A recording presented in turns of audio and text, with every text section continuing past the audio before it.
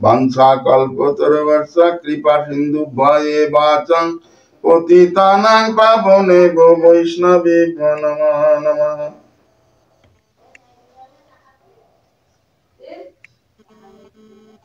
আজকে পাঠ করছি দ্বাদশ স্কন্ধের থেকে মহারাজ পরীক্ষিতের তক্ষক দংশন। ধন্বন্তরী বলছে, কে তুমি?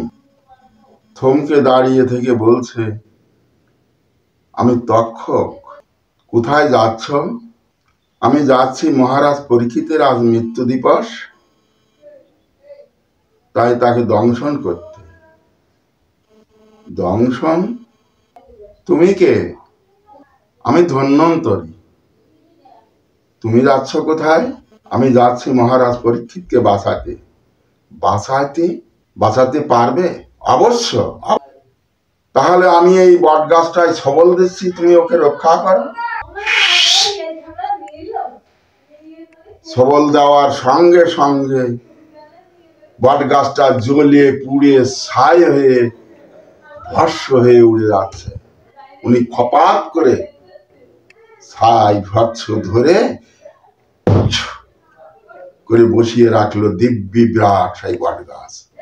উনি দেখে অবাক হয়ে গেল, এ কি, আমি তো ওকে নিধন করতে পারবো না। তখনই কীর্তঞ্জলি ফুটিয়ে উনি বলছে, হে ঠাকুর, হে মহাত্মা, আপনি যাবেন না। আপনি যদি আজকে যান তাহলে মহারাজ পরীক্ষিতের মৃত্যু তো হবে না। আর তাতে হবে কি, মুনিবরের যে বাক্য, সে বাক্য মিথ্যা হয়ে যাবে। যে অভিশাপ দিয়েছিল সে বাক্য, মুনি বাক্য মিথ্যা হয়ে যাবে, অসত্য হয়ে যাবে। আর ভগবানের ইচ্ছা ভঙ্গ হবে।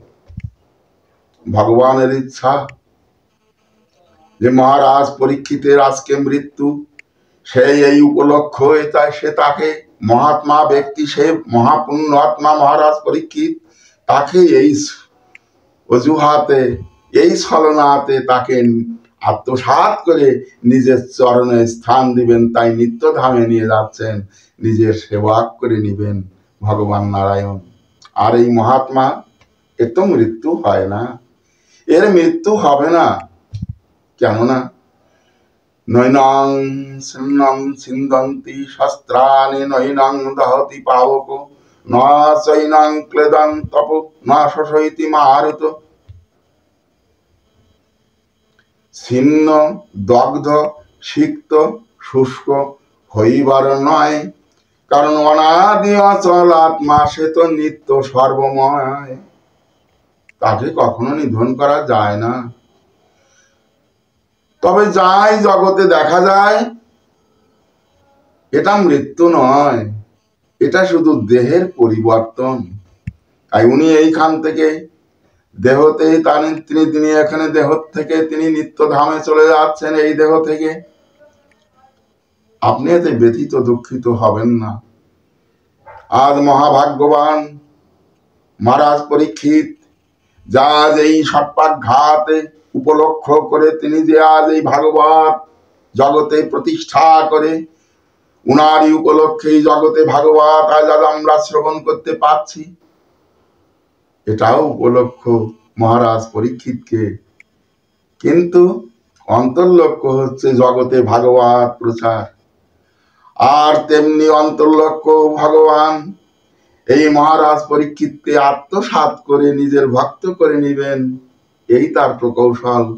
আপনি এই সৌভাগ্য থেকে তাকে বঞ্চিত করবেন না। হে মুনিবর, হে মহাত্মা, আপনি কৃপা করে ফিরে যান, আপনি কৃপা করে ফিরে যান। ভগবান কৃষ্ণের দোহাই, আপনি কৃপা করে ফিরে যান। ও মহাত্মা ব্যক্তিকে নিত্যধাম প্রাপ্তির জন্য আপনি আশীর্বাদ করুন। ও ভগবত প্রাপ্তি হোক মহারাজ পরীক্ষিত। কেননা ভাগবত শ্রবণ করেছে মহারাজ পরীক্ষিত, এই ভাগবতের শ্রবণের ফল বিফল হবে না। সে অবশ্যই নিত্যধামে চলে যাবে। আপনি তো জানেন ঠাকুর।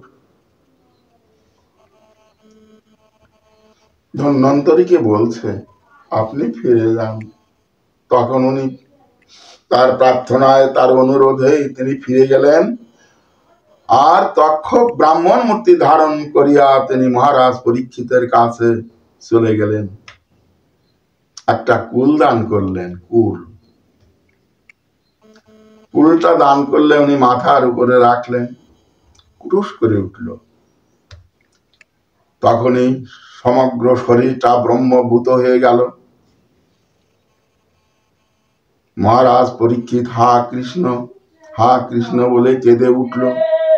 মহারাজ পরীক্ষিত হা কৃষ্ণ বলে কেঁদে উঠল। আর এদিকে নিজের দেহটা ব্রহ্মভূত হয়ে গেল। দেখা গেল সমস্ত দেহটা জ্যোতিতে পূর্ণ হয়ে গেল। তখন চারিদিকতে হাহাকার রব উঠি গেল। মহারাজ পরীক্ষিত হা কৃষ্ণ বলে কাঁদিয়া উঠিল। সঙ্গের থেকে নিত্যধাম থেকে পুষ্পরাতে এসে মহারাজ পরীক্ষিতকে গ্রহণ করে নিয়ে নিত্যধামে চলে গেল।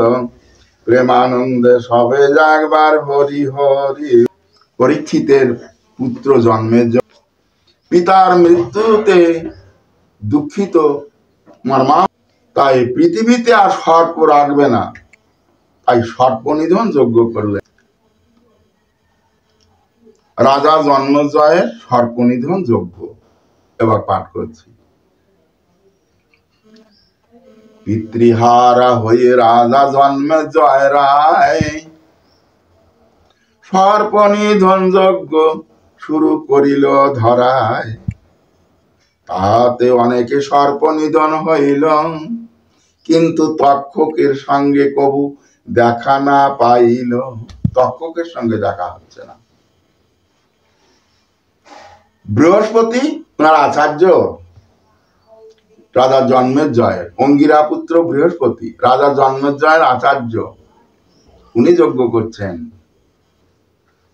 যজ্ঞ কুণ্ড করেছেন, হোম কুণ্ড করেছেন, করেই যজ্ঞ শুরু করেছেন। তাই যজ্ঞ আরম্ভ হয়েছে। বহু সর্প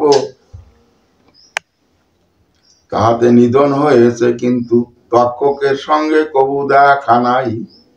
তাই বৃহস্পতি বলে, হে জন্মের রাজা, তুমি করহ শ্রবণ। এই যজ্ঞে বহু সর্প হয়েছে নিধন, কিন্তু তক্ষকের সঙ্গে দেখা হলো না কখন। বলে সে কি, কেন কেন? বলে তক্ষক সব ইন্দ্রের চরণে লইয়েছে শরণ। ইন্দ্রের চরণে যে শরণ নেছে, তার রক্ষা করো। হে ইন্দ্ররাজ, হে ভগবান, রক্ষা করো। যাই লয়েছে শরণ। তবে রাজা জন্মের জয় অতি ক্রুদ্ধ মনে ইন্দ্র সহ তক্ষকের ফেলহু আসনে। জন্মের জয় রাজা বললেন, ইন্দ্রের সহ আহুতি দাও অগ্নির ভিতরে। তখন বৃহস্পতি বলছেন, হে জন্মের জয় রাজা, করহ শ্রবণ।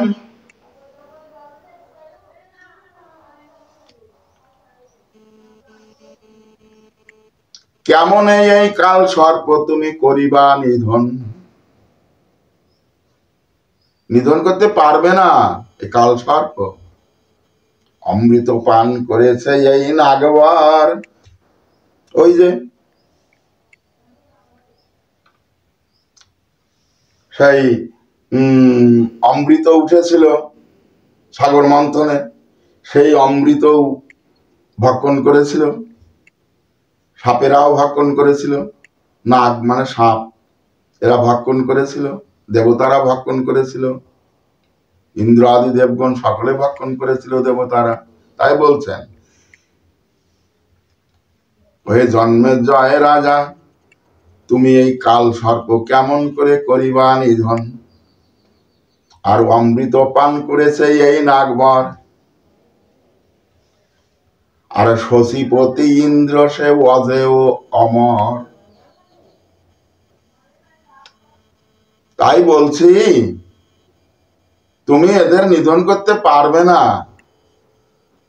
অতএব কর্মের অধীন হয় জীবেরা সকল, সকলেই ভোগ করিছে নিজের কর্মফল। যে যেমন কর্ম করে তার সেই ফল, ফল অনুপাতে জীব ভুগিছে সকল। সুখদাতা দুঃখদাতা নহে কোন জয়, প্রারব্ধ কর্মের ফল ভুগিছে জীবগণ। তাই বলছি হে রাজা জন্মের জয়, সর্পযজ্ঞ তুমি করহ নিবারণ। অতএব সর্পযজ্ঞ শেষ করো।